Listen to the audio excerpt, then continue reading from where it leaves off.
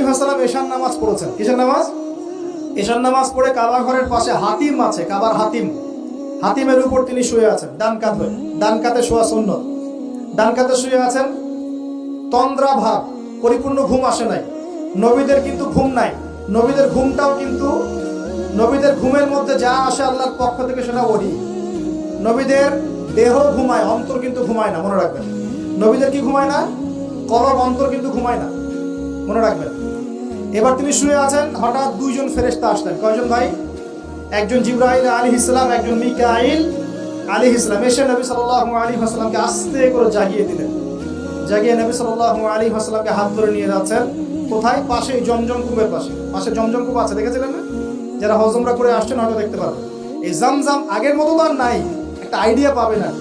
জামজাম কূপের পাশে নিয়ে গিয়ে নবী সাল্লাল্লাহু আলাইহি ওয়াসাল্লামকে আবার আস্তে করে শুয়ে দেওয়া। এবার শুয়ে